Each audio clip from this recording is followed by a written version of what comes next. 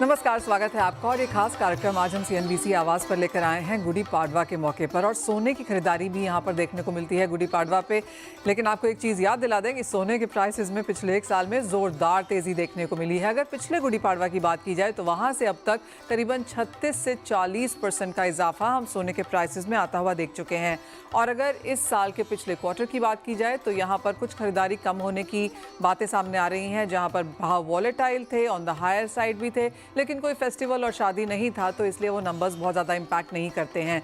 लेकिन जिस क्वार्टर में हम जा रहे हैं यहाँ पर गुड़ी पाड़वा है, अक्षय तृतीया है, साथ में शादियों का सीज़न भी कुछ बहुत शुरू हो जाता है, तो इस सब का इम्पैक्ट यहाँ पर डिमांड में कैसा देखने को मिलेगा, इसी पर करेंगे चर्चा।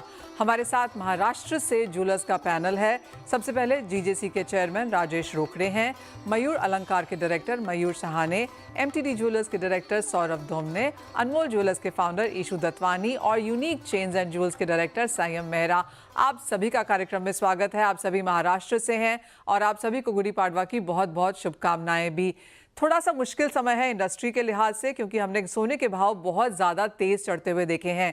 इन्वेस्टमेंट डिमांड तो अच्छी है क्योंकि लोगों को लगता है कि यहाँ से भी अनसर्टनिटी बढ़ी रहेगी, टैरिफ्स को लेकर यहाँ पर चिंताएं रहेगी और उसका फ़ायदा सोने के प्राइसेस को मिलेगा, तो इन्वेस्टमेंट डिमांड अच्छी है। लेकिन अगला क्वार्टर काफ़ी इंपॉर्टेंट है आप सभी के लिए, तो किस तरह की उम्मीदें हैं, क्या कुछ यहाँ पर इन्वेस्टर्स को करना चाहिए, वही सब कुछ आपसे समझने की कोशिश भी करेंगे। मयूर जी, ये सवाल आपसे है। और महाराष्ट्र के लिए एक बड़ा फेस्टिवल है और जैसे राजेश जी हमें बता रहे थे, पूरी क्लास दी उन्होंने कि गुड़ी पाड़वा क्यों इंपॉर्टेंट है महाराष्ट्रियंस के लिए।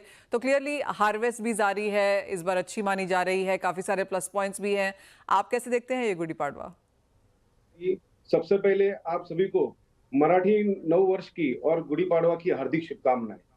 वैसा देखा जाए तो गुड़ी पाड़वा ये 3.5 मुहूर्त का सबसे बड़ा मुहूर्त है और इस दिन पे सोने चांदी की खरीदी बड़े पैमाने पे की जाती है।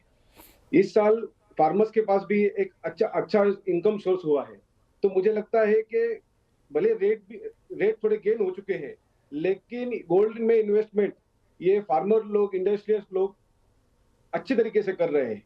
देखा जाए तो लास्ट ईयर गोल्ड का रेट था गुड़ी पाड़वा के दिन 72,000 रुपीज और आज है 89,000 रुपीज, तो करीबन 20% के आसपास रिटर्न मिले हुए हैं। तो गोल्ड में रिटर्न्स बहुत अच्छे मिलते हैं और मिलेंगे भी, तो मुझे लगता है कि गोल्ड में इन्वेस्टमेंट अच्छी होगी। मयूर जी, ये 3.5 मुहूर्त क्या होता है?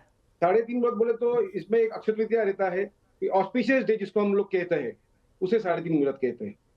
गुड़ी पाड़वा, एक गुड़ी पाड़वा रहता है, अक्षय तृतीया रहता है, एक धनतेरस रहता है, उसमें से एक गुड़ी पाड़वा है। ऑलराइट मयूर जी, जहाँ तक यहाँ पर अब खरीदारी की बात है, आप कितने बजे स्टोर्स खोलेंगे यहाँ पर इस बार गुड़ी पाड़वा पे? क्या एक्सपेक्ट कर रहे हैं, क्या एक्स्ट्रा कर रहे हैं? बिल्कुल। जब जैसे ऑस्पिशियस मुहूर्त जब रहते हैं, हम लोग उस दिन सवेरे 9 बजे से लेके रात को 12 बजे तक, 1 बजे तक दुकान जो है वो चालू रखते हैं।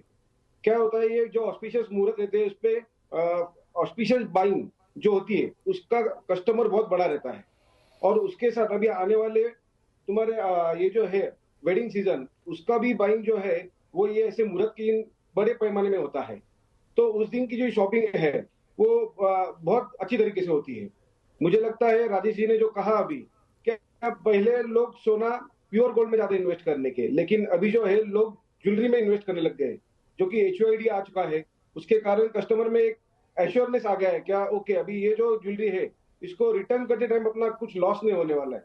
सो मुझे लगता है इस गुड़ी पाड़वा ज्वेलरी में भी ज्यादा अच्छा कॉल मिलेगा हमें।